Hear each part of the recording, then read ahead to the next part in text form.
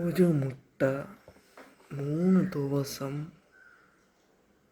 ചൂട് വെള്ളത്തിലിട്ടാൽ മാത്രമേ നല്ല ഓവൽ ഷേപ്പിൽ നമുക്ക് തോടൊക്കെ ഇളക്കി അവിച്ച മുട്ട നമുക്ക് കയ്യിൽ കിട്ടുകയുള്ളൂ, അല്ലേ? 3 ദിവസം ചൂട് വെള്ളത്തിലിട്ടാൽ മാത്രമേ അത് പറ്റുകയുള്ളൂ. ഇതുപോലെയാണ് നമ്മുടെ ജീവിതത്തിലെ ഡിലേ. നമ്മൾ പ്രാർത്ഥിക്കും, കർത്താവ് ഇത് നടക്കണേ എന്ന്. പക്ഷേ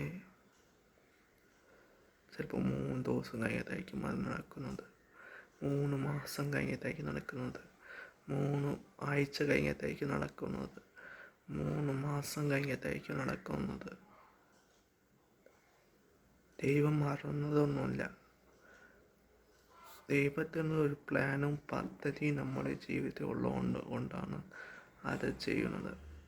ദൈവമേ, ഈ പ്രശ്നം ഇപ്പം നിർത്തണേ, ദൈവമേ ഈ വേദന ഒന്ന് മാറ്റി തരണമേ എന്നൊക്കെ പറയുമ്പോൾ അത് ദൈവം ഇപ്പം മാറ്റി തരില്ല, കുറച്ച് കാലം കൂടി നീട്ടി തരുന്നത്.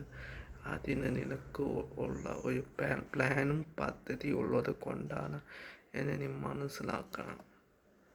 നിൻ്റെ ജീവിതത്തിൽ ഇപ്പോൾ ഡിലേ നടക്കുന്നത് ദൈവത്തിനൊരു പ്ലാനും പദ്ധതിയും ഉള്ളത് കൊണ്ടാണ്. അത്